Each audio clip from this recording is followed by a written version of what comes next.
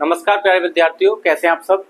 इस वीडियो में बात करने जा रहे हैं हम क्लास 12 के फिजिक्स के चैप्टर नंबर 3 के पार्ट 3 की। इससे पहले इस चैप्टर के हमने पार्ट 1 और पार्ट 2 को अपलोड कर दिया है। इस तरीके से हम जो हर चैप्टर के पार्ट्स बना रहे हैं, जिसमें अलग अलग प्रकार के टॉपिक को कवर कर रहे हैं और इम्पोर्टेंट टॉपिक हैं आपके पेपर में, इनमें से आने हैं। इस तरीके की अगर आपको वीडियो पसंद आ रही है तो कमेंट करते रहें, ताकि हमें हौसला मिलता रहे और लगातार वीडियो आपके बनाते रहें, आपके पूरे सिलेबस को सही समय पर कंप्लीट करा दें। तो चैप्टर 3 में जो टॉपिक कवर करने वाले हैं, चैप्टर 3 के पार्ट 3 में जो कवर करने वाले हैं, वो टॉपिक कुछ इस प्रकार है। वैद्युत प्रतिरोध तथा प्रतिरोध के प्रकार। दूसरा है प्रतिरोधकता या विशिष्ट प्रतिरोध तथा आंतरिक प्रश्न। इस पे आप मोस्ट इंपोर्टेंट लिख दें। क्या लिख दें? Most important. 3 नंबर का कम से कम 3 नंबर का इस बार पेपर में छप गया। अभी से लिख लो, छप गया। ये पेपर में छप गया, या पेपर नहीं छपेंगे तो छप जाएगा। ये यहाँ से प्रश्न आने वाला है, और कौन सा प्रश्न आएगा तो इसके हम आंकिक प्रश्न करेंगे, उसमें से बता दूंगा किस प्रकार का प्रश्न आ सकता है। आगे टॉपिक की बात करेंगे, प्रतिरोधकता पर ताप की निर्भरता और प्रतिरोध ताप गुणांक। इन टॉपिकों को हम इस वीडियो में कवर करने वाले हैं। हो सकता है ये वीडियो थोड़ी सी लंबी हो जाए, तो थोड़ा धैर्य बनाकर इसे देखते रहें, क्योंकि आपकी तैयारी ही हमारा लक्ष्य है। तो यहाँ पर देखिए, वैद्युत प्रतिरोध क्या है। प्रतिरोध का मतलब होता है रोकना। प्रतिरोध का मतलब क्या होता है? रोकना। तो वैद्युत प्रतिरोध की बात कर रहे हैं, तो वैद्युत प्रतिरोध का मतलब होता है कि जो धारा के मान में रुकावट पैदा करता है, धारा के मार्ग में, धारा के मार्ग में जो रुकावट पैदा करता है, धारा जिस रास्ते पर जारी होती है उसे रोकने का जो काम करता है, तो वही वैद्युत प्रतिरोध होता है। तो हम परिभाषा में लिखना चाहें तो लिख सकते हैं कि धारा के मार्ग में जो रुकावट पैदा करता है उसे प्रतिरोध कहते हैं। ये परिभाषा हो जाएगी। दूसरी परिभाषा हम कैसे लिख सकते हैं गणितीय रूप में, कि ओम के नियम से R बराबर होता है V/I। ओम के नियम से R बराबर क्या होता है? V/I। यहाँ से V का मात्रक देखें तो वोल्ट होता है। V का मात्रक क्या होता है? वोल्ट। और धारा का होता है एम्पियर। तो वोल्ट बट्टे एम्पियर इसका मात्रक होता है। एक और करके लिखते हैं तो इसका मात्रक होता है ओम। क्या होता है एक और मात्रक इसका? ओम होता है, जिसे हम SI मात्रक बोलते हैं। ठीक है ना। तो प्रतिरोध का अगर फॉर्मूला है R बराबर V/I, तो धारा के मार्ग में जो रुकावट पैदा करता है प्रतिरोध कहते हैं। या यहाँ से ऐसे लिखते हैं V और I के अनुपात को हम वैद्युत प्रतिरोध कहते हैं। इसका मात्रक होता है वोल्ट बट्टे एम्पियर या ओम। तो 1 वोल्ट बट्टे एम्पियर, 1 वोल्ट बट्टे 1 एम्पियर बराबर होता है 1 ओम के। सही है। तो यहाँ पे हमने प्रतिरोध की बात कर ली। ये टॉपिक ज्यादा हार्ड नहीं है और ज्यादा इंपोर्टेंट भी नहीं, इसलिए हम इसे जल्दी से कवर करते हैं और इनके प्रकार को भी जल्दी से देखते हैं। 1 नंबर में कभी कभी पूछ लिया जाता है कि ओमीय प्रतिरोध क्या होते हैं। तो ओमीय प्रतिरोध वो होते हैं जो ओम के नियम का पालन करते हैं। सीधा सीधा लिख लेना, ओम के नियम का जो पालन करते हैं ओमीय प्रतिरोध कहलाते हैं। जिनके लिए V/I का जो मान होता है नियत रहता है, और इनके लिए VI ग्राफ जो होता है एक सरल रेखा होता है। सरल रेखा का मतलब कुछ इस तरीके से इनका ग्राफ खींचा जाता है। अगर यहाँ V है और यहाँ I है, तो यहाँ पर हमें ये सरल रेखा मिलेगी। कैसी रेखा मिलेगी? सरल रेखा। बस इतनी बात याद रखनी है। अब देखिए, कभी कभी ये भी पूछा जाता है कि ओमीय चालक क्या होते हैं। तो बिल्कुल परिभाषा यही है। यहाँ पे प्रतिरोध या चालक लिखेंगे तो वे चालक जो ओम के नियम का पालन करते हैं ओमीय चालक कहलाते हैं। उदाहरण देख लीजिए, चांदी, तांबा, पारा, नाइक्रोम, ये उदाहरण आपके सामने लिखे हुए हैं। ये ज्यादातर होती हैं धातुएं। क्या होती हैं? धातुएं। तो जो धातुएं होती हैं यहाँ पे उदाहरण में लिखे हुए हैं, तो ओमीय चालक क्या होते हैं? ओमीय चालक होते हैं जो ओम के नियम का पालन करते हैं। ठीक है। इस तरीके से आप लिख सकते हैं। यहाँ पे उदाहरण लिखे हुए हैं। ओमीय प्रतिरोध क्या होता है? जो ओम के नियम का पालन करते हैं ओमीय प्रतिरोध। इसका उल्टा देख लीजिए, अनओमीय प्रतिरोध क्या होते हैं? जो ओम के नियम का पालन नहीं करते हैं। तो ओम के नियम का पालन नहीं करते हैं, उन्हें क्या कहते हैं? हम अनओमीय प्रतिरोध कहते हैं। जिनके लिए VI ग्राफ सरल रेखा ना होकर वक्र रेखा होती है, अनओमीय प्रतिरोध कहलाते हैं। कैसे? तो यहाँ पर हम देख सकते हैं, ये हो गया V और ये हो गया I, और यहाँ पर कुछ ऐसे या कुछ ऐसे ये वक्र बन जाएगा। कोई सा एक वक्र दिखा दें, कोई सा एक वक्र दिखा दें, ऐसे करके ऐसे हो जाएगा। मान लीजिए ये I हो गया, ये क्या हो गया? I हुआ। यहाँ पर ये हो गया I और ये हो गया V। तो ये वक्र हो जाएगा, या ऐसे वक्र दिखा सकते हैं। अनओमीय चालक के उदाहरण डायोड, ट्रांजिस्टर, LED, वैद्युत अपघट्य। ये सभी आप फिजिक्स का जो आखिरी चैप्टर है वहां पे हम डायोड के बारे में, LED के बारे में पढ़ेंगे। वैध अपघट्य क्या होता है, ये आपने केमिस्ट्री में पढ़ लिया होगा। तो अनओमीय चालक की बात करें तो वो चालक जो ओम के नियम का पालन नहीं करते। तो यहाँ पर बस सिंपली बस याद रखना, ओम के नियम का पालन करें तो ओमीय, जो ओम के नियम का पालन नहीं करते वो अनओमीय। उदाहरण जरूर याद रखें। तो ये टॉपिक ज्यादा हार्ड नहीं थे, इसलिए हमने इसे जल्दी जल्दी से एक बार में रिवाइज कर लिया। अब बात आती है प्रतिरोधकता या विशिष्ट प्रतिरोध क्या होता है। तो प्रतिरोधकता जो होती है इसको प्रदर्शित करते रो से। अब इसका जो फॉर्मूला है वो जो फॉर्मूला दो तरीके से निकलता है। एक तो हम आर के हिसाब से निकाल सकते हैं, जो क्लास 10th में निकाला जाता है, 12th में भी निकाल सकते हैं। और एक और तरीका है ई और वी के वाला। जे होता है धारा घनत्व और ई होता है वैद्युत क्षेत्र। तो धारा घनत्व और वैद्युत क्षेत्र के अनुपात को हम वैद्युत प्रतिरोधकता या विशिष्ट प्रतिरोध कहते हैं। कैसे निकालते हैं इसे देखिए। तो रो जो होता है, रो होता है एक फॉर्मूला होता है ई अपॉन जे। ई अपॉन जे के अनुपात को, ई अपॉन जे के अनुपात को रो कहते हैं। ई का मतलब होता है वैद्युत क्षेत्र, ई का मतलब क्या होता है वैद्युत क्षेत्र, और जे का मतलब होता है धारा घनत्व। अगर आपको ये पता नहीं है कि धारा घनत्व क्या होता है तो इससे पहले वाला जो पार्ट अपलोड किया था, पार्ट चैप्टर 3 का, उसको आप देख लें। उसमें मैंने आपको गतिशीलता, धारा घनत्व, अनुगमन वेग और ओम के नियम को सिद्ध करना बताया था। तो आप वहां जाके देख सकते हैं पहले। तो देखिए रो बराबर होता है ई अपॉन जे। तो ई और जे के अनुपात को रो कहते हैं। अब ई जो होता है, ई का फॉर्मूला होता है ई बराबर वी अपॉन एल, और तथा जे की बात कर लें तो जे बराबर होता है आई अपॉन ए। अब इन सबको उठा के जे का मान और ई का मान उठा के मैं यहाँ लिख दूंगा, तो तब रो का मान आ जाएगा। देखो ई की जगह लिखेंगे वी अपॉन एल, तो ये आ जाएगा वी अपॉन एल, और जे की जगह लिख देंगे तो ये आ जाएगा आई अपॉन ए।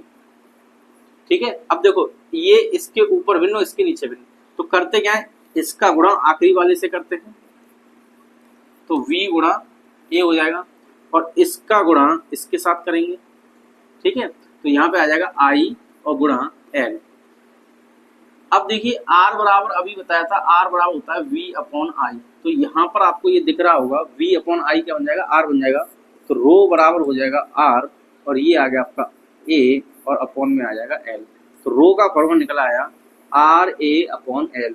और यहाँ से अगर हम r का मान निकालेंगे तो r बराबर आ जाएगा, इसको इधर कर देंगे तो ये हो जाएगा रो l अपॉन a। क्या हो जाएगा, रो l अपॉन a।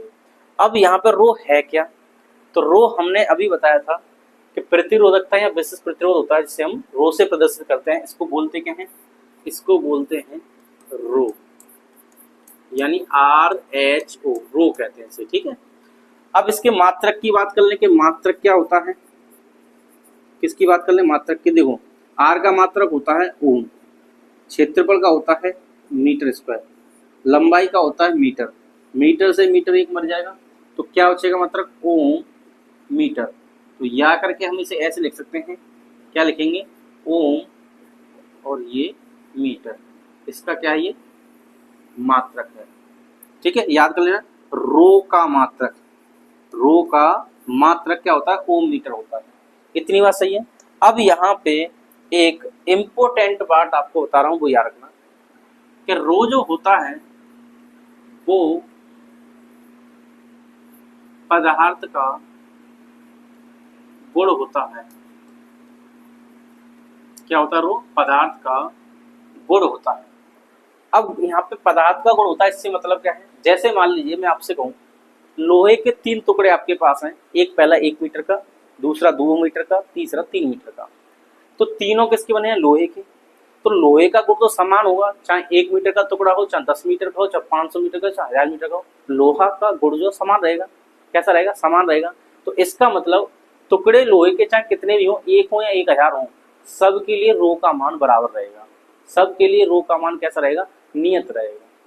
अब अगर बात कर लें किसकी, एक तरफ लोहा है और एक तरफ कॉपर है, तो इनके लिए रो का मान समान रहेगा, तो भाई इनके लिए रो का मान समान नहीं रहेगा।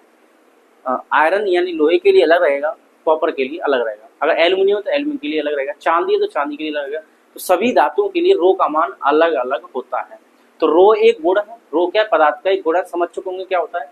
तो लंबाई कितनी भी हो, चौड़ाई कितनी भी हो, कैसा भी हो, कैसी भी आकृति, उससे फर्क नहीं पड़ता। अगर एक ही पदार्थ है तो एक ही पदार्थ के लिए रो का मान कैसा रहता है, फिक्स रहता है। तो यहां लिख सकते हैं रो एक ही पदार्थ के लिए, एक ही पदार्थ के लिए नियत रहता है। एक ही पदार्थ के लिए क्या नियत रहता है रो का मान। ठीक है ना, इतनी बात समझ आएगी। जैसे मैं आपसे कहूं एक तार है, इसकी लंबाई 1 मीटर है, दूसरा तार है 2 मीटर है, तीसरा तार है 3 मीटर है, और ये तीनों तार लोहे के हैं। किसके? लोहे के। तो इसके लिए रो जो है और इसके लिए रो है, इसके लिए रो है, सभी के लिए बराबर रहेगा। पर प्रतिरोध की बात करें तो इसका प्रतिरोध R1, इसका प्रतिरोध R2 और इसका प्रतिरोध R3, तो ये कभी बराबर नहीं होंगे। प्रतिरोध बराबर नहीं होंगे पर रो तीनों के लिए बराबर होंगे। इस बात को मैं समझाना चाह रहा हूं, आप इसको समझ चुके होंगे। यानी पदार्थ एक ही है तो रो तो फिक्स रहेगा, और उनकी लंबाई अगर अलग अलग है तो प्रतिरोध कैसा हो जाएगा? अलग अलग हो जाएगा। क्योंकि रो क्या है? पदार्थ का गुण होता है, और एक ही ऐसे पदार्थों के लिए वो एक ही ऐसा काम करेगा। तो यहाँ पर हमने रो की बात कर ली। उम्मीद कर रहा हूँ आपको समझ में आ चुकी होगी। इस फॉर्मूले को इम्पोर्टेंट नहीं, मोस्ट इम्पोर्टेंट लिख लो। क्या लिख लो? मोस्ट इम्पोर्टेंट, क्योंकि इसी से प्रश्न होने वाले हैं। तो बात करते हैं यहाँ पर इस टॉपिक के आधार पर एक प्रश्न की। किसकी बात करते हैं? एक प्रश्न की बात करते हैं। और ऐसा एक ही प्रश्न नहीं है, कई मैंने प्रश्न यहाँ पे लिए हैं, उनकी हम यहाँ पे बात करने वाले हैं। ठीक है, तो प्रश्न है पहला कि किसी तार का प्रतिरोध R ओम है। कैसा है? R ओम है। यदि इसे मूल लंबाई के n गुना खींचा जाता है तो इस खींचे हुए तार का प्रतिरोध क्या होगा? तो इसको हमें सॉल्व करना है। तो देखिए करना क्या है, सबसे पहले हम यहाँ पे क्वेश्चन का हल डालेंगे। अब ये कह रहा है कि किसी तार का प्रतिरोध, तो हमने एक तार मान लिया, ये एक तार है और इसकी लंबाई यहां से यहां तक हमने मान ली है L1 है, और L1 का मान है L। तार की लंबाई कितनी है? L1 है। इसका क्षेत्रफल मान लिया हमने A1। कितना मान लिया? A1। और यहां से इसका अगर प्रतिरोध की बात कर लें तो इसका R1 है, और प्रश्न में इसका मान दिया है R ओम है। कितना है ये? R ओम है। सही है। तो पहली कंडीशन में यहाँ पे लिख रहा हूँ फर्स्ट केस में कि तार ये है, इसकी लंबाई L है, क्षेत्रफल A1 है, और R ओम है। इसका R ओम इसका प्रतिरोध है। अब मान लीजिए आगे कह रहा है यदि इसे मूल लंबाई के n गुना खींच दिया है तो इस तार को हम खींच देंगे। क्या करेंगे? खींच देंगे। तो ये तार यहाँ पे मैंने मोटा सा बनाया है, जब किसी को खींचेंगे तो कैसे पतली हो जाएगी। तो यहाँ पे तार जो है कुछ ऐसा हो जाए, ये हमने खींच दिया। तो यहाँ पर आप देख सकते हैं इसकी लंबाई बढ़ जाएगी। तो इसकी लंबाई L2 मान ली, पहले कितनी थी? L1, अब कितनी मान ली? L2। और L2 का मतलब है कितनी खींची भाई? n गुना खींचिए। तो पहले थी L और n गुना खींच दिया, तो n का इसमें कर दो गुणा। क्या कर देंगे? गुणा कर देंगे। अब देखिए यहाँ पर ये जो दिखाई दे रहा है आपको, ये क्षेत्रफल इसका कितना? A1। तो इसका क्षेत्रफल बदल गया, इसको मैं लिख देता हूँ। और यहाँ पर प्रतिरोध था R, और प्रश्न में आपसे पूछा है कि R2 का मान बता दीजिए। बस इतना सा प्रश्न से सॉल्व करना है।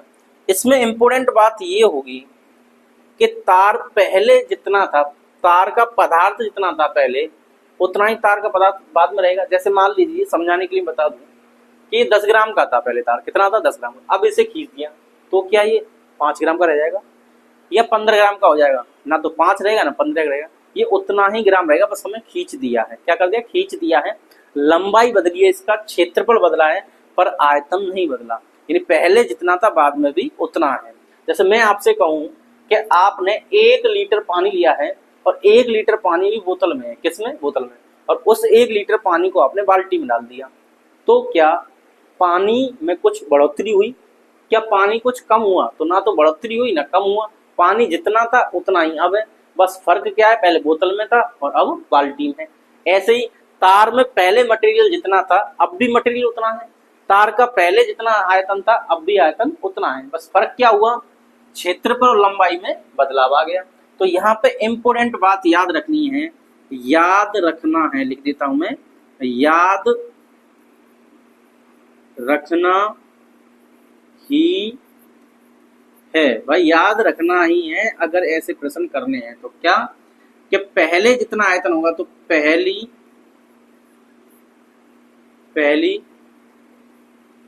स्थिति में आयतन, इसको कहेंगे V1, और दूसरी स्थिति में आयतन, दूसरी स्थिति में आयतन, इसको मैं कहूँगा V2। तो हम कह सकते हैं कि V1 का मान V2 के बराबर होगा। V1 V2 का मतलब क्या है, यहाँ पे आयतन है। अब आयतन का फॉर्मूला क्या होता है, तो यहाँ पे देखिए आयतन का फॉर्मूला होता है लंबाई गुणा चौड़ाई गुणा ऊंचाई। तो मैं आयतन को ऐसे लूँ, लंबाई और चौड़ाई क्या होता है, क्षेत्रफल। लंबाई और चौड़ाई क्या होता है, क्षेत्रफल। तो देखो यहाँ पे ये क्या बन जाए, क्षेत्रफल, तो ये क्षेत्रफल, और ये h क्या है यहाँ पे, ऊंचाई। तो हम फीते से ऐसे ऊंचाई नापते हैं, ऐसे तो नापते हैं, और इसी से हम लंबाई नापते हैं, इसी से हम चौड़ाई नापते हैं। तो कुल मिला के बात कहूँ तो लंबाई चौड़ाई ऊंचाई है, तो लंबाई, सभी के यहाँ लंबाई। तो हम h की जगह यहाँ पे L लिख सकते हैं। तो यहाँ से आयतन ऐसे निकल सकता है। आयतन को हम लिख सकते हैं क्षेत्रफल गुणा लंबाई, क्षेत्रफल गुणा लंबाई, क्योंकि आयतन में कितनी लंबाई होती है, 3, और क्षेत्रफल में कितनी होती है, 2। तो 2 ये होंगी, 1 ये होंगी, 3 लंबाई होगी। अब यहाँ पे क्या करना है, तो देखिए यहाँ पे पहले का क्षेत्रफल पहली कंडीशन में A1 है, और यहाँ पे लंबाई आ जाएगी L1। आयतन हो गया A1 L1, और यहाँ पे कौन सा आ जाएगा, A2 L2। इतनी बात सही है। अब क्या करेंगे, इनकी वैल्यू लगाएंगे। भाई A1 का मान A1 ही लिखा है हमने, L1 का मान कितना है, यहाँ पे L माना है, A2 का मान हमने A2 माना है, और L2 का मान यहाँ पे NL हो जाएगा। तो यहाँ लिख देंगे NL। अब L से L यहाँ पे मर जाएगा, तो L से L मर गया। तो अब आप यहाँ पे देखें क्या बचा, यहाँ पे मैं यहाँ लिख देता हूँ कि A1 ये बचा, और A2 इंटू L, तो A2 इंटू L नहीं, यहाँ पे N बचेगा। तो मैं यहाँ से A2 को इधर बुला लूँ तो ये आ जाएगा A1 बटे A2 बराबर N। ये A1 बटे A2 निकाल लिया। यहाँ मैं इसको उल्टा करके लिख सकता हूँ भाई कि A2 को मैं ऊपर लिख दूँ, A1 को मैं नीचे कर दूँ, तो ये भी उल्टा हो जाएगा, तो ये 1 बट्टे N हो जाएगा। सही है। तो A1 बट्टे A2 बराबर N हुआ, तो A2 को मैंने ऊपर कर दिया, A1 को नीचे कर दिया, तो N भी उल्टा हो जाएगा। इस तरीके से हमने यहाँ पे कर लिया। इतनी बात समझ में आ गई। क्या करना है आपको, आयतन याद रखना है कि पहले जितना आयतन था बाद में भी आयतन उतना रहेगा। आयतन का फॉर्मूला होता है क्षेत्रफल गुणा लंबाई। तो पहली स्थिति में क्षेत्रफल हुआ A1, लंबाई हुई पहली L1, दूसरी स्थिति में A2, और यहाँ पे लंबाई L2। L1 का मान यहाँ पे L दिया है, L2 का मान N गुना खींचा गया, इसलिए यहाँ पे N इंटू L कर देंगे। L से L मर गया, तो A1 बराबर आ गया A2 इंटू N। तो A1 बराबर आ गया A2 इंटू N। तो A2 को इधर भेजा, ये आ गया, N का मान आ गया, उल्टा कर देंगे, ये लिख देंगे। इतने में कोई दिक्कत नहीं होनी चाहिए अभी आपको। चलिए आगे बढ़ते हैं और प्रश्न को आगे सॉल्व करते हैं। प्रश्न में कह रहा है तो खींचे गए हुए नए तार का प्रत्योग ज्ञात कीजिए।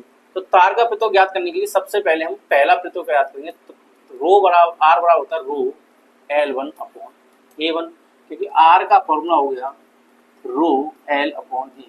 अभी आपको बताया था कि R का जो फॉर्मूला होता है R बराबर रो L अपॉन A आएगा। क्या आएगा, R बराबर रो L अपॉन A। तो हमने कर दिया R बराबर रो L अपॉन A। तो पहला प्रतिरोध निकालेंगे, तो पहले कितना था, इस स्थिति में प्रतिरोध का फॉर्मूला क्या हो जाएगा, R1 बराबर रो L अपॉन A1। दूसरी स्थिति की बात करेंगे तो ये हो जाएगा रो L2 अपॉन A2। इसको मैं समीकरण पहला कहता हूँ, इसको मैं समीकरण दूसरा कहता हूँ। अब हमें ऐसी स्थिति में जो दूसरे का मान निकालना है, किसका निकालना है, दूसरे का। तो आपको करना क्या है, दूसरे समीकरण में पहले समीकरण का भाग दे दो, या पहले समीकरण में दूसरे का दे दो, किसी का भी भाग दे दो। तो मैं यहाँ पर समीकरण 2 में समीकरण 1 का भाग देने जा रहा हूँ। तो यहाँ पर समीकरण 2 की बात करेंगे तो R2 है, किसका भाग देना है, इसमें R1 का भाग देना है, बराबर लाएंगे। अब R2 का मान क्या है, ये रो L2 बट्टे A2। फिर यहाँ पे लेंगे R1 का मान, ये रो L1 बटे ये आ जाएगा आपका A1। ठीक है। अब आपको अभी बताया थोड़ी देर पहले कि इसका और इसका गुणा कर देते हैं, तो ये आ जाएगा R2 बटे R1 बराबर, तो ये आ गया रो L2 गुणा A1 बट्टे कर देंगे, ये क्या आ जाएगा, इसका और इसका गुणा कर देंगे, तो ये आ गया भाई रो L1 और ये A2 यहाँ पे गुणा हो जाएगा। अब रो से रो मर गया, L2 का मान कितना दिया है n इंटू एल, तो n इंटू एल लिख देंगे और ये आ जाएगा आपका A1 और बट्टे देखो L1 दिया है तो L1 का मान कितना है L दिया है तो यहाँ L लिख दो और गुणा और यहाँ पे आ जाएगा A2। L से L मर गया, L से L क्या हुआ मर गया, तो अब क्या बचा यहाँ पे ऊपर बचा n और ये बचा आपका A1 बटे A2। अब ध्यान से देखें तो A1 A2 का मान हमने यहाँ पे निकाला था, A1 बट्टे A2 का मान कितना है n, तो इसकी जगह मैं लिख दूंगा n और n का गुणा n में करेंगे तो आ जाएगा n स्क्वायर। किसके बराबर चल रहा है ये R2 बट्टे R1 के बराबर आ गया n स्क्वायर। तो यहाँ से मैं R2 का मान निकालूंगा तो ये इधर आ जाएगा, तो ये आ जाएगा n स्क्वायर और ये R1, ठीक है ना। तो इस तरीके से R2 का मान आया n square into R1। R2 क्या है यहाँ पे ये नया प्रतिरोध है, क्या है नया प्रतिरोध, और R1 क्या है यहाँ पे पहला प्रतिरोध, कितना है पहला प्रतिरोध। तो R1 का मान कितना दिया यहाँ पे R दिया है, तो हम इसे ऐसे भी लिख सकते हैं कि R2 बराबर n स्क्वायर इंटू R, यानी पहले जितना प्रतिरोध दिया है उसमें n स्क्वायर का क्या कर देंगे गुणा कर देंगे। अब n स्क्वायर क्या है, तार कितने गुना खिंचा है, कितने गुना तार खींचा गया है। n का मतलब है तार कितने गुना खींचा गया है। तो याद रखना इस चीज को, कोई पूछे कि n का मीनिंग क्या है तो आपको क्या लिखना है, तार कितने गुना, तार कितने गुना खींचा गया है, तार कितने गुना खींचा गया है, ठीक है। तो ये आपको याद रखना है। इस तरीके से हम इस प्रश्न को सॉल्व कर सकते हैं। उम्मीद कर रहा हूँ आपको समझ में आ चुका होगा, बहुत आराम से मैंने समझाया है और इसलिए समझाया क्योंकि ये आपको थोड़ा हार्ड लगेगा। एक बार प्रैक्टिस करेंगे आराम से हो जाएगा, यहाँ तक आप निकाल लेंगे, R1 R2 निकाल लेंगे, भाग दे देंगे, सॉल्व करेंगे तो ये निकल के आ जाएगा। तो याद रखें जब भी नया प्रतिरोध पूछे तो R बराबर क्या लिखना है फॉर्मूला आपको, R2 बराबर n स्क्वायर इंटू R, इसमें से कोई सा याद कर लो और इस तरीके से याद करें ताकि आपको एक बार में प्रश्न हो जाए। जैसे अगला प्रश्न को हम कैसे सॉल्व करेंगे याद रखना। देखिए यहाँ पे दिया है एक तार का प्रतिरोध 8 ओम है, कितना है 8 ओम। तो पहले जो प्रतिरोध आपको दिया है अभी प्रश्न में दिया है 8 ओम, इसे 2 गुना लंबाई तक खींचा जाता है, तो n का मान दे दिया आपको 2 गुना, कितने गुना खींचा जा रहा है वो n होता है। तो तार का नया प्रतिरोध ज्ञात कीजिए, तो आपको R2 बताना है। अब क्या करना है, पूरा नहीं करना। अगर ये प्रश्न 3 या 5 नंबर का आता है, 3 या 5 नंबर का आता है तो आप ऐसे पूरा करें और जहां जहां n दिखाई दे रहा है, जहां जहां n दिखाई दे रहा है वहां आप क्या कर देंगे 2 रख देंगे, ठीक है, सॉल्व हो जाएगा। अब यहाँ पे क्या करना है, अगर मान लो MCQ क्वेश्चन आता है, क्या आता है ये MCQ, तो MCQ आएगा तो आप डायरेक्ट करें R2 बराबर n square into R1। n square कितना है 2, तो n की जगह पे कितना रखेंगे 2 का स्क्वायर हो जाएगा और R1 का मान कितना दिया है आपको 8 दिया है, तो ये आ गया 2 का स्क्वायर 4 गुणा 8 और 8 चौक 32 ओम इसका आंसर हो जाएगा। समझ में आ गई बात। तो डायरेक्ट कर दें आप इस वाले फॉर्मूले से, कब, जब आपको MCQ दिया हो तो, या 1 नंबर में दिया हो तब भी कर दें। अगर 3 या 5 नंबर का दिया हो तो आप वो बड़ा वाला मेथड अपनाएं जो अभी कराया था, ठीक है। अब नेक्स्ट क्वेश्चन की ओर चलते हैं। नेक्स्ट प्रश्न आपसे क्या पूछा गया है। अब देखिए ये प्रश्न पूछा गया, थोड़ा सा टफ प्रश्न है, थोड़ा सा हार्ड प्रश्न लिया है। क्यों, क्योंकि ऐसा प्रश्न आपके पेपर में आने की संभावना पूरी होती है, ये और इससे आगे वाले प्रश्न। तो एक बेलनाकार तार को खींचकर उसकी लंबाई 10% बढ़ा दी जाती है, तो तार की लंबाई कितने परसेंट 10%। अभी पहला ऐसा नहीं है 2 गुना 3 गुना नहीं किया, अब 10% लंबाई बढ़ाई जा रही है। तो इसका मतलब ये आ गया कि हम ये लिख सकते हैं, माना कि क्या लिख सकते हैं भाई, माना कि तार की प्रारंभिक लंबाई, तार की प्रारंभिक लंबाई L1 है और इसका मान L मान लिया है। कितना मान लिया L। अब 10% बढ़ाने पर 10% उसमें क्या कर दी, वृद्धि करने पर, तो L2 का मान कितना आ जाएगा भाई, कितना हो जाएगा। बस 10% बढ़ा देंगे तो देखो कैसे करेंगे। जैसे मान लो मैं आपसे कहूँ आपके पास 100 रुपये हैं, उसमें 10% बढ़ा दो कितना हो जाएगा, तो आप 100 क्या करेंगे, 100 पहले हैं, अब 100 का 10% निकालेंगे। जब 100 का 10% आप निकालोगे तो कितना आएगा, 10 आएगा। तो पहले कितने थे 100 और कितना आ गया आपका 10, तो दोनों क्या कर दोगे, जोड़ दोगे, तो आप कहेंगे हमारे पास 110 रुपये हो गए 100 का 10% बढ़ाने पर, ठीक है ना। तो हमने क्या किया, आपने क्या किया, 100 में आपने जो 10% निकाला था, किसका, 100 का 10% आपने निकाला था, तो ये आ गया आपका 100 प्लस 100 गुणा इसका क्या किया 10%, परसेंट का मतलब 100 का भाग देना, इससे ये मर जाएगा, तो यहाँ पे बचेगा 100 प्लस क्या बचा 10, तो आंसर आ गया आपका 110, यही तो हुआ। तो आपने क्या किया, इस तरीके से इसे सॉल्व किया, बात समझ आ गई। तो ऐसे ही हमें यहाँ पे करना है कि पहले लंबाई कितनी थी भाई, L थी, अब कितने परसेंट बढ़ाया कि L का 10% बढ़ा है, कितने बढ़ा है, L का 10%। अब इसको थोड़ा सॉल्व करते हैं, तो L2 का मान जो आएगा ये आ गया L प्लस L का 10%, परसेंट का तो 100, 0 से 0 मर गया, तो ये आ जाएगा आपका L प्लस L बट्टे 10। अब इसका लासा ले लेंगे, तो ये जब सॉल्व करेंगे तो देखिए कितना आ जाएगा 10, और यहाँ आ जाएगा 10L प्लस L, ठीक है, यहाँ भाग देंगे 10 आ जाएगा, 10L हो जाएगा, और यहाँ पे आ जाएगा L, तो ये हो गया 10 और 11, 11 बट्टे 10L। तो L2 का मान आपके पास आ गया 11 बट्टे 10L। इतनी बात समझ आ गई, L1 का मान आ गया और L2 का मान आ गया। अब फिर से बता दूं, आप एक चीज ना भूलें, जो अभी बताया था याद रखें, क्या रखना है, आयतन बराबर रहेंगे, तो पहली स्थिति में जो आयतन होगा बाद में भी वही रहे। तो हम क्या करेंगे, यहाँ पे आयतन बराबर कर देंगे, तो आयतन B1 बराबर हो जाएगा B2। क्षेत्रफल हमने इसका पहले L1 माना है, सॉरी A1 माना है, लंबाई L1, और यहाँ पे आ जाएगा A2 और लंबाई आ जाएगी L2। क्षेत्रफल हमें पता नहीं है, A1 रहने देंगे, L1 का मान कितना माना है हमने, L माना है तो L लिख दो, A2 पता नहीं है, L2 का मान आपके पास आ गया 11 बट्टे 10, और ये L से L मर गया, तो A1 इस A2 को मैं इधर बुला लूँ तो A2 इधर आ जाएगा, और ये आ जाएगा आपका 11 बट्टे 10। सही है, क्या करना है आपको, आयतन बराबर करना है। आयतन क्या होता है, AL, अभी बताया था AL होता है, तो पहले के लिए A1 L1, दूसरे के लिए A2 L2। A1 का मान पता नहीं है, L1 का मान कितना है, L है, वहां पे L लिख दिया, A2 का मान पता नहीं है, गुणा कर देंगे, L2 का मान 11 बट्टे 10L, तो 11 बट्टे 10L, L से L मर जाएगा, तो A1 A2 को इधर बुला लो, तो A1 बट्टे A2 11 बट्टे 10 हो जाएगा। उम्मीद कर रहा हूँ आपको ये समझ में आ चुका होगा, ठीक है। अब देखिए आगे करते हैं, आगे क्या करते हैं भाई, आगे हम इससे सॉल्व करते हैं। आगे कैसे सॉल्व करना है वही कहानी है, फिर R1 निकालूं, तो R1 बराबर आ जाएगा रो L1 बट्टे A1, समीकरण नंबर पहला। R2 जब निकालेंगे तो आ जाएगा रो L2 बट्टे A2, समीकरण नंबर दूसरा। सही है, अब क्या करना है आपको, भाग दे देना है, क्योंकि पूछा है प्रतिशत वृद्धि पूछी है, तो प्रतिशत वृद्धि निकालने के लिए पहले हमें प्रतिशत निकालने पड़ेंगे। तो हम क्या करेंगे, यहाँ पे समीकरण 2 में समीकरण 1 का भाग दे देंगे, तो ये आ जाएगा R2 बट्टे R1 बराबर लगाएंगे।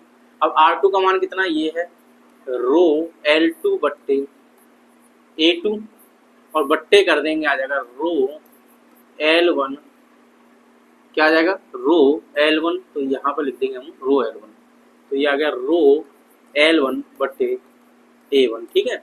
अब क्या करेंगे, R2 बट्टे R1 को ऐसे ही लिखा रहने देंगे, और ये A1 कहाँ पहुँच जाएगा, ऊपर पहुँच जाएगा, तो रो L2, और ये आ गया आपका A1, और बट्टे कर देंगे, ये आ जाएगा रो L1, और यहाँ पे आ जाएगा आपका A2।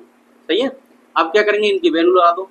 अब वैल्यू लगाएंगे तो ये आ गया R2 बट्टे R1, रो से रो मर गया, L2 का मान कितना है, L2 का मान है 11 बट्टे 10, तो हम L2 की जगह लिख देंगे 11 बट्टे 10 और L।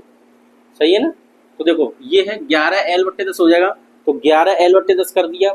अब यहाँ नीचे क्या है, यहाँ पे देखो L1 है, तो L1 का मान कितना है, L है। देखो फिर से सुनो, रो से रो कटा, L2 का मान उठाइए यहाँ से और यहाँ रख दीजिए, तो 11 बट्टे 10, तो 11 बट्टे 10 अंश बट्टे L, तो अंश में कितने आ गए 11 और हर में कितने आ गए 10, और जो L लिखा है ये अंश में माना जाएगा, तो अंश में हमने लिख दिया L। अब यहाँ पर देखिए नीचे रो से रो कटे, अब बचा L, ये वाला बचा L, क्या बचा, L बचा। अब जब ये L बचा तो L1 का मान कितना है, L1 का मान माना है L, तो इसकी जगह हमने L लिख दिया।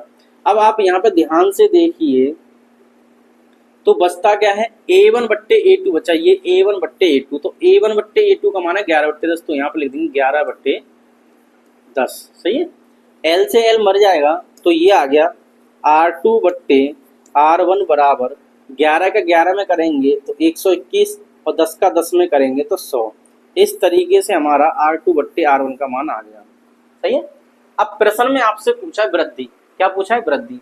अब वृद्धि कैसे निकालते हैं? तो किसके मान में वृद्धि पूछी? देखिए पूछा है इस तार के प्रतिरोध में प्रतिशत वृद्धि बताइए। तो R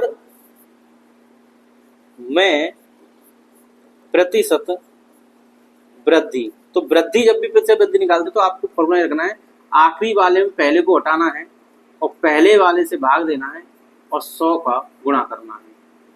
दूसरे वाले में पहले को हटाओ, पहले का भाग दो, गुणा कर दो 100 से। अब आप यहाँ पर इसे खुद से सॉल्व करें और यहाँ पर क्या आंसर आएगा वो आप कमेंट करके बता दें। इसका आंसर आप खुद से कमेंट करके बताएं। बस आपको क्या करना है, R2 का मान लिखना है, R1 का मान लिखना है, R1 का लिखना है और 100 से गुणा कर देना है। R2 का मान 121 है, R1 का मान यहाँ पे 100 है। इसके सामने लिखा है, यहाँ रखें और सॉल्व करें। इसको आप नोट कर लें। ठीक है, थोड़े से एक बार प्रैक्टिस कर लेंगे तो आपको ये क्वेश्चन आसान लगने लग जाएंगे। नेक्स्ट बात करते हैं। देखिए एक ही धातु के 3 तारों की लंबाइयों तथा द्रव्यमानों का अनुपात क्रमशः 3:2:1 तथा 1:2:3 है। इन तारों के प्रतिरोधों का अनुपात ज्ञात कीजिए। ठीक है, अब देखिए इसका जब हम हल करेंगे तो आपको सबसे पहले क्या दिया है, वो कह रहा है लंबाइयों तथा द्रव्यमानों का अनुपात। तो ये लंबाई का अनुपात है, द्रव्यमान का अनुपात है। तो इसको मैं लिख सकता हूँ L1 L2 L3। तो आ जाएगा 3:2:1 और द्रव्यमान दिया है यहाँ पे M1 M2 M3 1:2:3। ये प्रश्न में दिया है। और आप समझो इन तारों के प्रतिरोधों का अनुपात बताओ। तो पहला, दूसरा और तीसरा, इनका आपको अनुपात बताना है कि भाई इनका अनुपात कितना आएगा। बस इतना सा प्रश्न आपको समझना है। अब इसे कैसे करें, यानी R का जो फॉर्मूला होता है, ध्यान सुने, यहाँ पे लिख रहा हूं मैं, R बराबर होता है रो L बट्टे A। सही है। तो यहाँ पर R बराबर हो गया रो L बट्टे A। अगर मैं यहाँ पे L से गुणा कर दूं और L से भाग कर दूं, कोई दिक्कत है? क्योंकि इससे कटेगा, ऐसे ही बचेगा। अब ऐसा हमने किया क्यों? ऐसा हमने इसलिए किया कि इसको मैं रो L स्क्वायर लिख सकता हूं और ये क्षेत्रफल गुणा लंबाई बन जाएगा आयतन। क्या बन जाएगा? आयतन। तो R का जो मान यहाँ से आएगा, R बराबर आ गया रो L स्क्वायर बट्टे V, यानी आयतन आ गया। अब आपने एक फॉर्मूला पढ़ा होगा कि घनत्व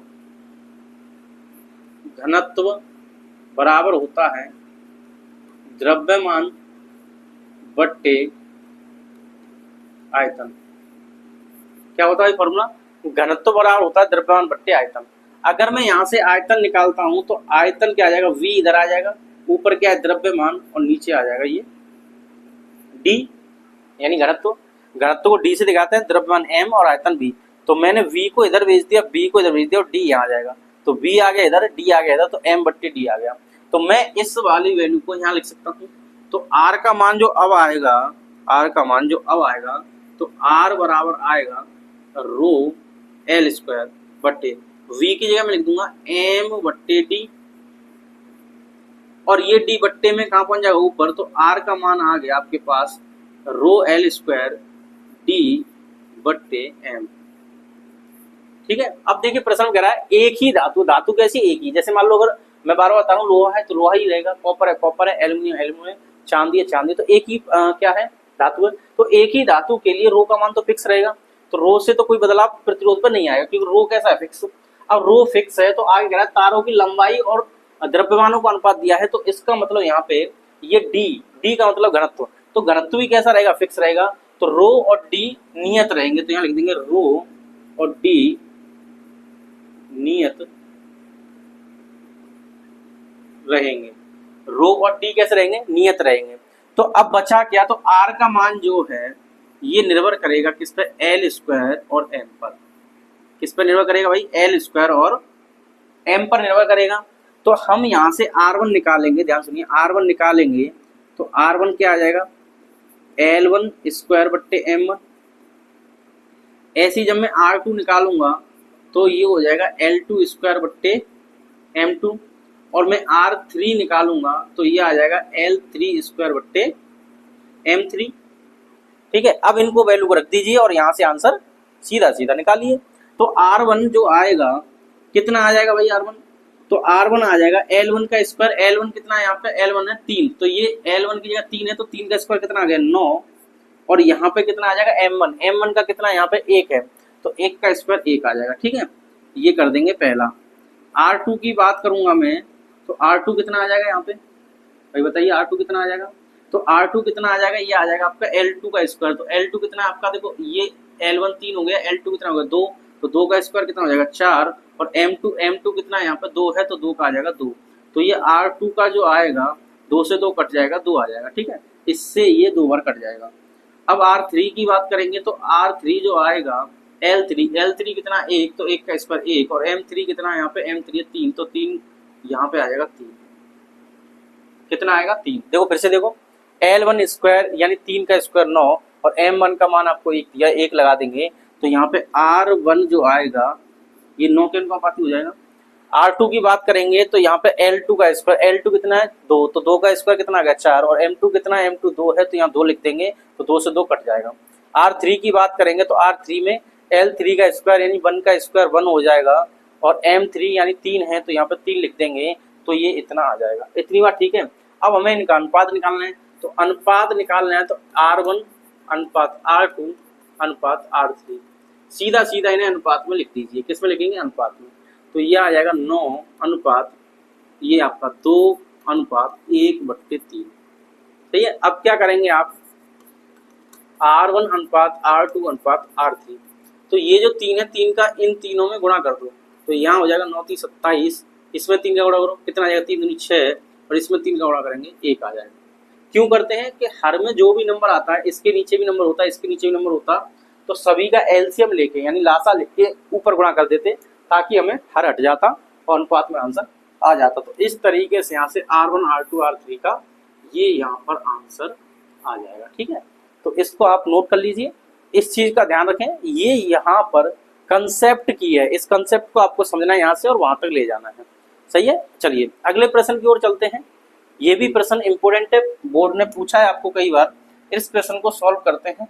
देखिए प्रश्न में क्या पूछा है, एक तार की लंबाई खींचकर 3 गुनी कर दी जाती है। कितनी गुनी कर दी भाई, 3 गुनी, तो n का मान आपको 3 दे दिया।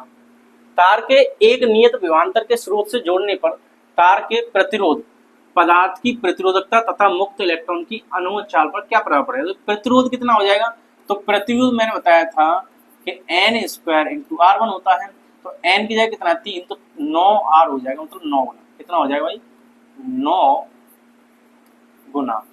तो प्रतिरोध का तो आंसर आप ये लिख देंगे 9 गुना हो जाएगा, कोई दिक्कत नहीं होनी चाहिए। आगे पूछा है पदार्थ की प्रतिरोधकता यानी रो के बारे में पूछा है। किसके बारे में पूछा है, रो के बारे में पूछा है। तो ये कह रहा है एक तार, तो तार तो एक ही है, अब तार किसी का भी हो सकता है, कॉपर का भी हो सकता है, एल्यूमिनियम का भी हो सकता है, और तार जब एक ही है तो पदार्थ एक ही है, पदार्थ एक ही है, तो रो का मान कैसा रहेगा, नियत रहेगा। तो रो पर कोई प्रभाव नहीं पड़ेगा, कोई प्रभाव नहीं पड़ेगा। क्यों नहीं पड़ेगा भाई, समझ सकते हैं ना, क्योंकि रो क्या है, पदार्थ का गुण होता है, और पदार्थ का गुण होता है तार, तो किसी पदार्थ का ना हो, चाहे तो वो किसका हो, एल्यूमिनियम का, चाहे कॉपर का हो, चाहे लोहे का हो, चाहे चांदी हो, किसी का भी तार हो, तो धातु तो एक ही है, और धातु एक ही है, तो रो का मान उसके लिए वही रहेगा, और रो का मान वही रहेगा, तो उसके मान पर कोई प्रभाव खींचने से नहीं पड़ेगा। चाहे तो वो 10 मीटर खींच दो, चाहे 5 मीटर खींच दो, चाहे खींचो या मत खींचो, तार तो वही है और तार वही है, तो रो का मान फिक्स रहेगा। मैंने आपको बताया है कि 1 मीटर का कोई तार है, मान लीजिए किसी भी धातु का, जैसे कॉपर का है, और आपने खींच के वो 3 गुना कर दिया, तो एक तार पहले आपके पास 1 मीटर का है, और आपने एक और तार ले लिया वो 3 मीटर का है, और दोनों कॉपर के, तो रो दोनों के लिए बराबर रहेगा। प्रतिरोध बदल जाता है पर रो नहीं बदलता, रो फिक्स रहेगा। आगे पूछा मुक्त इलेक्ट्रॉन की अनुगमन चाल पर क्या प्रभाव पड़ेगा। तो अनुगमन चाल पर क्या प्रभाव है, अनुगमन वेग का फॉर्मूला क्या होता है, Vd बराबर हमने फॉर्मूला बताया था ml/ne² a टाउ, ये फॉर्मूला होता है अनुगमन वेग का। अब ये फॉर्मूला होता है और R बराबर होता है, सॉरी यहाँ पे थोड़ा गलत है, यहाँ पे क्या करना है, ये R का फॉर्मूला होता है। किसका फॉर्मूला होता है, R का फॉर्मूला होता है प्रतिरोध का। किसका फॉर्मूला होता है, प्रतिरोध। तो R बराबर होता है ml/ne² a टाउ, ये इससे हमने पहले बताया था किस तरीके से आप करते हैं। अब यहाँ पर पूछा है अनुगमन वेग की बात करनी है, किसकी बात करनी है, अनुगमन वेग। तो अनुगमन वेग का जो फॉर्मूला होता है ये होता है ई बट्टे एम टाउ, यहाँ इसे लिखते हैं E V upon M L tau, ये अनुगमन वेग का फॉर्मूला होता है। तो ये अनुगमन वेग हुआ, ये हो गया आपका प्रतिरोध। अब अनुगमन वेग और प्रतिरोध में संबंध देखिए, तो यहाँ पे आप क्या करेंगे, इस टाउ का मान निकाल के यहाँ पर रख देंगे। यहाँ आप देख सकते हैं एम एल इसके भी पास है, एम एल इसके भी पास है, इसके पास ई भी है नहीं, ई है और बी नहीं है। तो इसमें और इसमें आप पहले रिलेशन निकालें, क्या करेंगे, पहले क्या करेंगे, रिलेशन निकालें। विभवांतर के स्रोत से जोड़ने पर तार के मुक्त इलेक्ट्रॉनों की अनुगमन चाल पर क्या पड़ा, तो एन का मान से क्या प्रभाव पड़ेगा। तो आपको क्या करना है, इस आर और इस बी डी इन दोनों में पहले संबंध निकालना है। क्या करना है, संबंध। और जैसे ही आप संबंध निकाल लो तो आप ये बताएं कि क्या प्रभाव पड़ेगा, इसका आंसर कमेंट कर दें। थोड़ा सा टफ है मैं समझता हूं, पर आप अपना दिमाग लगाएं, अगर ना आए तो फिर आगे बताएं, ठीक है। कहो तो मैं अभी सॉल्व कर दूं, पर नहीं, आपको ये करना है, क्योंकि ये मैंने आपको पहले कराया, इससे पहले वाले पार्ट में आपको कराया था, वीडी का फॉर्मूला कराया था, आर का फॉर्मूला बताया था, इन दोनों में रिलेशन भी बताया था। तो आप इसे खुद से करें तब आगे कर लेंगे, ठीक है। तो ये आपके लिए होमवर्क है। अब आगे बात करते हैं प्रतिरोधकता पर ताप की निर्भरता। देखिए प्रतिरोधकता पर, प्रतिरोधकता का मतलब रो। अब रो पर ताप का क्या प्रभाव पड़ता है, तो ताप का प्रभाव किस किस पर पड़ता है, पहले बात करते हैं धातुओं के लिए। किसके लिए बात करते हैं, धातुओं के लिए। अब धातुओं के लिए फिर दूसरी जो बात करेंगे हम, दूसरे नंबर पे बात करेंगे मिश्र धातुओं के लिए। किसके लिए बात करेंगे, मिश्र धातुओं के लिए। अब क्या होगा यहाँ पे देखते हैं। देखिए धातुओं के लिए होता क्या है, जैसे जैसे हम ताप को बढ़ाते हैं, टी और ताप को हम बढ़ाएंगे तो इसका आर और रो दोनों ही बढ़ेंगे, आर तथा रो। यानी तापमान बढ़ाने पर प्रतिरोधकता यानी रो का मान बढ़ जाता है। तापमान बढ़ाते हैं तो रो का मान बढ़ जाता है, किसकी, धातुओं के लिए। अब ऐसा क्यों होता है, इसका कारण जान लीजिए।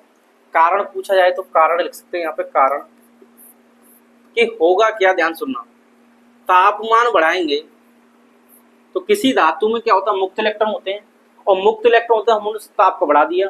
अब जब उसको ताप को बढ़ा दिया, ध्यान सुनो, ताप को बढ़ा दिया तो मुक्त इलेक्ट्रॉन जो आपस में टकरा रहे थे वो जल्दी जल्दी टकराएंगे। पहले आराम आराम से टकरा रहे थे, अब जल्दी जल्दी टकराएंगे, क्योंकि ताप से क्या हुआ, उन्हें ऊष्मीय ऊर्जा मिल जाएगी, और ऊष्मीय ऊर्जा से गति ऊर्जा बढ़ जाएगी, तो उसमें टक्कर बढ़ने लग जाएंगे।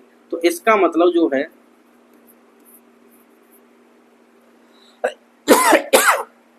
टक्कर जल्दी जल्दी होंगी। अब टक्कर जल्दी जल्दी होंगी तो जो श्रांति काल होता है, क्या होता है, श्रांति काल, यानी जिसे हम टाउ कहते हैं, टाउ का मान घट जाएगा। किसका मान घट जाएगा, टाउ का। क्यों घट जाएगा, कि पहले वो आराम से टकरा रहे थे, मान लीजिए धीमे धीमे, और फिर आपने तापमान बढ़ाया तो बहुत जल्दी टकराने लग गए। क्या हो गया, बहुत जल्दी उनमें टक्कर होने लग गई। अब टक्कर होने लग गई तो टक्कर जल्दी जल्दी होगी तो इसका समय कम लगेगा। अब टक्कर जल्दी हो जाएगी तो समय कम लगा, और टक्कर धीमे धीमे हुई तो समय ज्यादा लगेगा, तो श्रांति काल हो जाएगा कम। अब श्रांति काल कम हो गया तो मैंने अभी आपको फॉर्मूला यहाँ पे बताया था कि आर बराबर होता है एम एल बट्टे एन ई स्क्वायर ए टाउ। तो आर यहाँ पे देखिए ध्यान से कि आर अनुपाती है 1 टाउ के, ठीक है ना। आर किसके अनुपाती है, 1 टाउ के।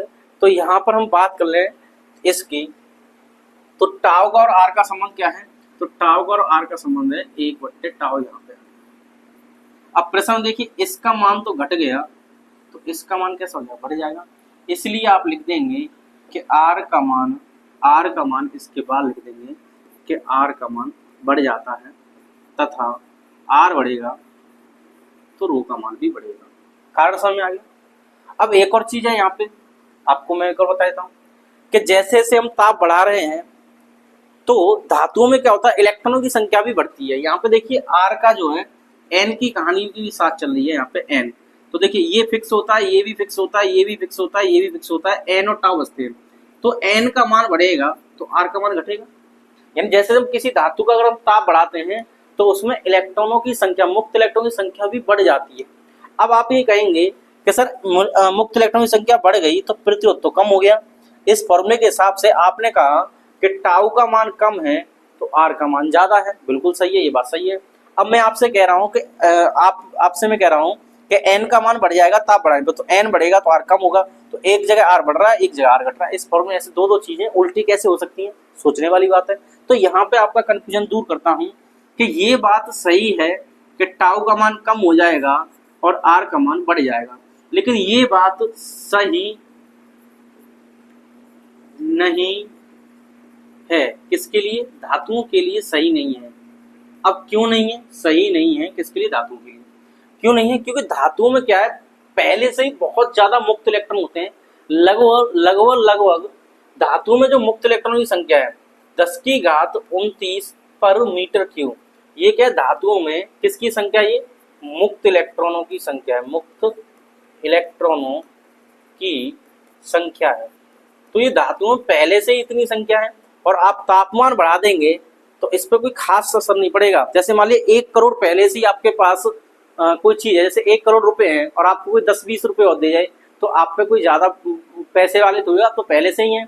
तो इसका मतलब कोई संख्या पहले से करोड़ों अरबों में है और उसमें 2-4 और मिला दूं, तो 2-4 मिलाने से उसकी संख्या में बहुत ज्यादा वृद्धि तो नहीं होगी। ऐसा होगा कुछ फर्क ही नहीं पड़ा।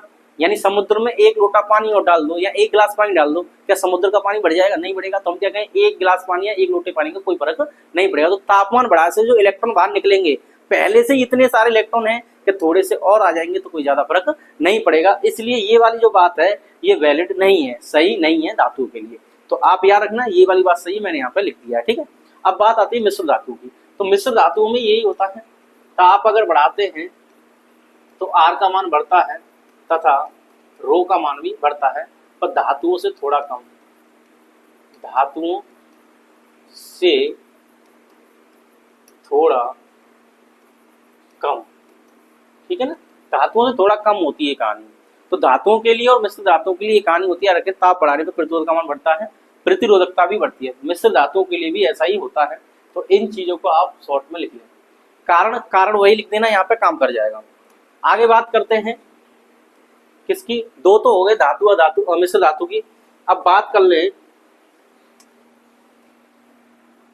तीसरे नंबर की, जिसे हम कहते हैं अर्धचालक। क्या कहते हैं? अर्धचालक। अब अर्धचालक की बात करेंगे और फिर इसके बाद एक और बात करेंगे नंबर 4 पर, तो वैद्युत अपघट्य की। किसकी बात करेंगे? वैद्युत अपघट्य की, ठीक है। तो वैद्युत अपघट्य के लिए ताप की प्रतिरोधकता देखेंगे, ताप से प्रतिरोधकता पर क्या पड़ता है। तो अर्धचालक के लिए ये किसके लिए हो जाएगा? अर्धचालक के लिए। तो यहाँ लिखता हूं अर्धचालक के लिए, ठीक है। तो अर्धचालक के लिए क्या होता है, जैसे जैसे अर्धचालक के लिए हम ताप बढ़ाते हैं तो इसका प्रतिरोध कम हो जाता है और इसकी प्रतिरोधकता भी कम हो जाती है, ठीक है ना। ये याद रखें कि ये थोड़ा धातुओं और मिश्र धातुओं से उल्टा होता है। अब इसके कारण की बात कर लें, तो इसका कारण में ऐसा क्या होता है। तो इसके कारण में अभी बताया था कि जो आर होता है अनुपाती होता है 1/n के। तो जब हम ताप बढ़ाएंगे तो यहाँ पर n का मान बढ़ जाएगा, यानी मुक्त इलेक्ट्रॉन की संख्या बढ़ जाएगी। आप कह रहे थे, मैंने अभी बताया धातु में क्या, धातु में पहले से ही बहुत ज्यादा मुक्त इलेक्ट्रॉन होते हैं और थोड़ा सा ताप बढ़ाने पर जो इलेक्ट्रॉन निकलेंगे उनकी संख्या में बहुत ज्यादा परिवर्तन नहीं होगा। यानी ऐसा लगेगा उतने के उतने हैं। पहले से ही समुद्र था और आपने क्या किया, थोड़ा सा पानी और मिला दिया, तो समुद्र पर कोई ज्यादा प्रभाव नहीं पड़ेगा। लेकिन अर्धचालक में क्या होता है कि जैसे ही आप ताप बढ़ाते हैं इसमें मुक्त इलेक्ट्रॉन की संख्या होती है कम। तो कम होती है, तो जैसे ही आपने ताप बढ़ाया तो मुक्त इलेक्ट्रॉन वहां से और निकल आए, तो अब मुक्त इलेक्ट्रॉन की संख्या बढ़ गई। मुक्त इलेक्ट्रॉन की संख्या क्या है? बढ़ गई। तो मुक्त इलेक्ट्रॉन की संख्या बढ़ गई तो इसका मतलब हुआ n का मान बढ़ गया, और n का मान बढ़ गया तो इसका मतलब r का मान कैसा हो गया? कम हो गया। और r कम हो गया तो रो भी कम हो गया। बस इतना सा इसका आंसर है। और अगर आप कहेंगे कि सर आपने अभी ये भी बताया था, टाव की कहानी कही थी, तो यहाँ पर भी तो ताव बढ़ेगा और ताव बढ़ेगा तो यहाँ पे ये घट जाएगा, है क्या होगा। तो ये वाली जो कहानी है आपको यहाँ पर इसका क्या ध्यान रखना है, आपको बस इतना ध्यान रखना है कि अर्धचालक में ताप बढ़ाने पर आर का मान कम, रो का मान कम। क्यों होता है कि एन का मान बढ़ जाता है, यानी मुक्त इलेक्ट्रॉन की संख्या बढ़ जाती है, तो एन का मान बढ़ जाता है तो टी का मान बढ़ाने पर एन का मान बढ़ गया और एन का मान बढ़ गया तो आर का मान कम हो गया। यहाँ पे इस फॉर्मूले को फिर से देख सकते हैं आप एक बार कि आर जो है टॉ पर निर्भर करता है इस तरीके से और एन पर भी निर्भर करता है, तो ये बढ़ेगा, ये बढ़ेगा, ये घटेगा। ठीक है, तो इस तरीके से हम यहाँ पे लिख सकते हैं, सही है, ये बढ़ेगा, ये घटेगा। अब यहाँ पे देखिए जो एक और बात थी जो अभी मैं लिखा था कि आर जो है अनुपाती होता है 1/T के, तो आप कहेंगे भाई श्रांति काल तो यहाँ पे घटेगा क्योंकि ताप बढ़ा है तो टक्कर जल्दी होगी, तो ये घटेगा और ये बढ़ेगा। तो आप कह देना अभी जो लिखाया था मैंने यहाँ पर आपको, यहाँ पे ये जो कंडीशन लिखाई थी ये ध्यान रखना कि इसमें क्या होता है, कहाँ गया भाई, इसमें ये सही नहीं है, यानी ये कंडीशन धातु के लिए सही नहीं है, तो ये वाली कंडीशन किसके लिए सही नहीं है, ये वाली कंडीशन इसके लिए सही नहीं है, अर्धचालक के लिए, यह इसके लिए उचित नहीं है, यह इसके लिए सही नहीं है, ये चीज लिखनी है। सही नहीं को आप उचित भी लिख सकते हैं, उचित स्थिति नहीं है। ठीक है, तो दोनों में थोड़ा सा उल्टा है, इतना ध्यान रखते हैं। अब बात आती है इसकी, तो देखो इसमें क्या होता है, ताप बढ़ाने पर इसमें आर का मान कम होता है और इसमें रो का मान भी कम होता है, ये दोनों एक जैसे हैं। अब इसके कारण की बात कर लेंगे, इसका कारण क्या होगा, रीजन की बात कर लेंगे, तो इसका कारण क्या होगा, तो इसका कारण क्या है, तो वैद्युत अपघट्य क्या होते हैं, आप हमें कमेंट करके बताइए वैद्युत अपघट्य क्या होता है, केमिस्ट्री में पढ़ा दिया गया होगा, पढ़ा होगा आपने। तो इसके कारण की बात कर ले तो कारण वही है कि जैसे जैसे हम ताप बढ़ाएंगे तो वैद्युत अपघट्य में क्या होता है, श्यान बल होता है, क्या होता है, श्यान बल, श्यान बल का मान कम हो जाता है और कम हो जाता है तो आयनों को घूमने फिरने की स्वतंत्रता मिलती है, घूमने फिरने की स्वतंत्रता बढ़ जाती है। ठीक है ना, तो होता क्या है इसमें, जैसे हम ताप बढ़ाएंगे तो अवैध अपघट्य क्या होते हैं, जैसे वाले H2SO4 है, HCl है, जिनमें करंट आ जाता है, ऐसे द्रव जिनमें करंट आ जाता है वो अवैध अपघट्य कहलाते हैं, समझने के लिए। अब देखिए आयन क्या होते हैं, तो आयन होते हैं प्लस माइनस, तो जैसे हम टेम्परेचर बढ़ाते हैं तो टेम्परेचर बढ़ाते हैं आयन की मात्रा बढ़ जाती है, क्या होती है, आयन की मात्रा बढ़ जाती है और वो जल्दी जल्दी घूमते फिरते रहते हैं, और घूमते फिरते रहते हैं तो उससे क्या होता है, उनका प्रतिरोध कम हो जाता है, क्या हो जाता है, प्रतिरोध कम हो जाता है। जब आयन यानी इलेक्ट्रॉन जितनी आसानी से चलेंगे उतना ज्यादा करंट बनेगा।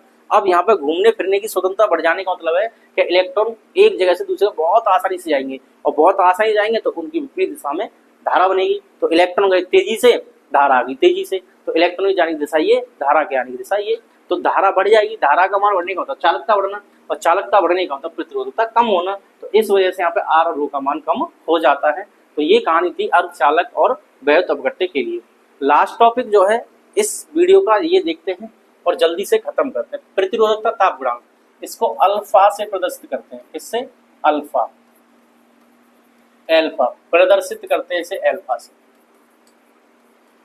ठीक है, इसका डेरिवेशन नहीं, डायरेक्ट हम फॉर्मूला लिखते हैं और एक तो सवाल देखते हैं क्योंकि डेरिवेशन आपके पेपर में आता नहीं है, अगर फिर भी ऐसा हुआ तो एक अलग से वीडियो बना के डाल देंगे। तो इसका फॉर्मूला होता है R बराबर आर नॉट ब्रैकेट में 1 प्लस अल्फा डेल्टा टी। ठीक है, अब यहाँ पे R क्या है और R नॉट क्या है, तो जैसे मान लीजिए R नॉट है, पहले तापमान है T1 तो इसका प्रतिरोध है R1, जब तापमान हुआ T2 तो प्रतिरोध हो गया R2, R1 की जगह मैंने R0 लिखा है और R2 की जगह मैंने R लिखा है। तो पहले तापमान, ये ताप है और ये क्या है, प्रतिरोध, ये क्या है, प्रतिरोध। तो यहाँ पे पहले ताप मान लो T1 है तो धातु का प्रतिरोध पहले कितना है, R0, बाद में ताप बढ़ गया या बदल गया, अब प्रतिरोध हो गया R, कितना हो गया R, तो R बराबर आर नॉट ब्रैकेट में 1 प्लस अल्फा डेल्टा टी इसका फॉर्मूला होता है। मैं इसको ऐसे भी लिख सकता हूँ, देखो R बराबर इसका इसमें गुणा कर दो, इसका इसमें, ठीक है। अब इसको मैं उधर बुलाऊं तो R माइनस आर नोट हो जाएगा और ये आ जाएगा आपका R naught alpha delta T. अब मैं यहाँ से एल्फा का मान निकालूंगा तो आर नोट डेल्टा टी इधर आ जाएगा, तो ये आ जाएगा आर माइनस आर नोट और ये आ गया आपका आर नोट और गुणा डेल्टा टी। किसके बराबर आ गया, अल्फा के। और अल्फा को हम कहते हैं प्रतिरोध ताप गुणांक। क्या कहते हैं अल्फा को, प्रतिरोध ताप गुणांक। अब इसके मात्रक की बात कर लें, किसकी बात कर लें, मात्रक की। तो मात्रक देखिए ऊपर क्या है यहाँ पे, प्रतिरोध है, जैसे मान लीजिए 10 ओम है, ये 8 ओम है, तो 10 में से 8 घटाएंगे कितना आएगा, 2, तो ओम में ही तो आएगा, तो ऊपर क्या आ जाएगा, ओम। नीचे प्रतिरोध फिर से, तो ये ओम, और नीचे क्या है यहाँ पे ताप का अंतर, तो ताप का अंतर हम डिग्री सेल्सियस लिख सकते हैं। इससे ये मर जाएगा तो डिग्री सेल्सियस इनवर्स आ जाएगा, या इसे कहते हैं प्रति डिग्री सेल्सियस, या प्रति डिग्री केल्विन भी कह सकते हैं, या करके आप ये भी लिख सकते हैं, ये भी आएगा k की घात -1 या प्रति केल्विन, क्या आ जाएगा, प्रति केल्विन। ठीक है, तो इस तरीके से भी हो सकता है, आप इस फॉर्मूले को याद कर लें और इसे भी याद कर लें, इससे हम प्रश्न को सॉल्व कर लें। तो पहला प्रश्न देखते हैं इस टॉपिक के आधार पर, ये प्रश्न है, एक को मैं कराऊंगा, एक आप खुद से करेंगे। तो प्रश्न में दिया है सिल्वर के किसी तार का 27.5 डिग्री सेल्सियस पर प्रतिरोध इतना है, तो इसको हमें हल करना है, और हल करने के लिए सबसे पहले लिखेंगे दिया है, तो ये कह रहा है ताप इतना है, पहला 27.5 डिग्री सेल्सियस, पहले ताप इतना है, तो इसका प्रतिरोध कितना है, 2.1 ओम, तो 2.1 ओम। अब प्रतिरोध देखिए यहाँ पे बदलेगा ताप के साथ, तो अब 100 डिग्री सेल्सियस पर प्रतिरोध हो गया इतना, तो 100 डिग्री सेल्सियस हुआ ताप, तो प्रतिरोध बदलकर कितना हो गया, 2.7 ओम। सही है, तो देख सकते हैं यहाँ ताप कम है, प्रतिरोध भी कम है, ताप बढ़ा प्रतिरोध भी बढ़ा, तो ये किसके लिए, धातुओं की बात होगी, या सिल्वर क्या एक धातु है, और यही चीज मैं अभी आपको थोड़ी देर पहले सिखाया था। क्या सिखाया था मैंने आपको, कि धातुओं का ताप बढ़ाने पर, धातुओं का ताप बढ़ाने पर प्रतिरोध बढ़ जाता है, ताप बढ़ाने पर प्रतिरोध बढ़ जाता है। और इस प्रश्न से भी ये बात समझ में आ रही होगी कि 27.5 पर 2.1 है, 100 पर 2.7 है, यानी देखो यहाँ पे बढ़ गया प्रतिरोध, यहाँ पर ताप बढ़ गया, ताप बढ़ने पर प्रतिरोध बढ़ा। आगे कह रहा है ये सिल्वर की प्रतिरोधकता ताप गुणांक ज्ञात कीजिए, यानी अल्फा का मान आपको निकालना है। तो देखो आप क्या करेंगे, सीधा सीधा ये वाला फॉर्मूला उठाएंगे, R माइनस R0 बट्टे R0 इंटू डेल्टा टी। ठीक है, तो ये वाला उठा के रख देंगे, तो आप कहेंगे मैंने तो R1 R2 लिखा है, तो आप क्या करेंगे, R1 का मतलब होता है R0, यानी पहले ये दिया, और R2 का मतलब होता है R ये दिया। अब इसको क्या करना है, आपको इसमें रखना है और सॉल्व करना है, आंसर कमेंट करके बता देना है। ठीक है, कर लेंगे उम्मीद है। आखिरी क्वेश्चन देखते हैं इस वीडियो का, यहाँ पे देखिए कमरे के ताप 27 डिग्री सेल्सियस पर किसी तापन अवयव का प्रतिरोध 100 ओम है, तो R का मान अभी आपको दिया है 100 ओम दिया है इस वाले तापमान पर T1 पर 27 डिग्री सेल्सियस पर। ठीक है, अब आगे कह रहा है यदि तापन अवयव का प्रतिरोध 117 ओम हो जाए, तो इसको R0 कहेंगे और इसको हम क्या कहेंगे R, तो ये 117 ओम हो गया, कितना हो गया 117 ओम हो, तो अवयव का ताप क्या होगा, तो आपसे ये पूछा भाई T2 का मान बता दो। प्रतिरोध के पदार्थ का ताप गुणांक, ये अल्फा का मान दिया आपको 1.70 इंटू 10⁻⁴, और इसका मात्रक आपको बताया था अभी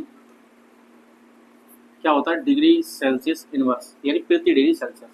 तो इसमें क्या करना है, बहुत आसान है, आपको ताप बताना है, ताप बताते हैं। तो अल्फा बराबर लिखा था मैंने R minus R0 upon R0, और यहाँ पे था इंटू डेल्टा टी, यही फॉर्मूला था। एक बार मैं देख लेता हूँ, तो यहाँ पे देखिए कहाँ गया भाई, R माइनस R0 बट्टे R0 और डेल्टा टी, यही है R माइनस R0 और बट्टे delta, R minus R0 upon R0 into delta T. अब R का मान कितना दिया हमें, डेल्टा टी को मैं इधर कर देता हूँ, तो डेल्टा टी बराबर आ जाएगा यहाँ पे R माइनस R0 और बट्टे आ जाएगा R0 और गुणा आ जाएगा अल्फा का।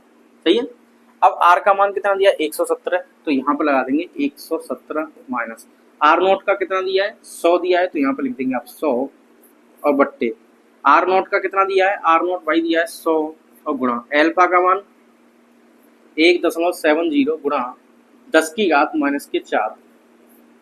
सही है, अब आपको क्या करना है, ये सॉल्व करना है, इसका कुछ आंसर आएगा जब आप इतने को सॉल्व करोगे, तो ये जो आंसर आएगा, ये जो आंसर आएगा वो डेल्टा टी के बराबर आएगा, यहाँ पर जो भी आएगा, और डेल्टा टी का मतलब होता है T2 माइनस T1 बराबर जो भी आंसर आया है, और T1 का आपको मान दिया है और हमें T2 निकालना है, तो T2 बराबर आ जाएगा जो आंसर आपका यहाँ आएगा, और T1 को इधर लाएंगे, इसको जोड़ देंगे, और जो आंसर आया T1 का मान कितना दिया आपको 27, तो यहाँ पर 27 को आप जोड़ देंगे, और आंसर कमेंट करके इसका भी बताइए। ये आपके होमवर्क है। वीडियो बहुत ज़्यादा लंबी ना हो जाए इसलिए मैं इस कैलकुलेशन को अभी छोड़ रहा हूँ। अगर आपसे ना आए तो आप कमेंट कर देना, मैं खुद से दोबारा से वीडियो बनाकर डाल दूंगा, ठीक है। इन प्रश्न की वीडियो बनाकर डाल दूंगा, इसको आप नोट कर लीजिए, ठीक है। तो यहाँ पर इस लेक्चर को खत्म करते हैं, जो कि चैप्टर 3 का पार्ट 3 हमने यहाँ पे कवर किया। और ये टॉपिक जो थे ये सभी के सभी टॉपिक हमने यहाँ पे देखे। उम्मीद कर रहा हूँ आपने ये वीडियो पूरी देख चुके होंगे अब तक और आपको बहुत समझ में आया होगा। जो क्वेश्चन कराए हैं उनकी प्रैक्टिस कर लें। पेपर में जो मैंने क्वेश्चन कराए इन्हीं में से एक क्वेश्चन आपके पेपर में 100% उम्मीद के साथ कह रहा हूँ कि इन्हीं में से आ जाएगा।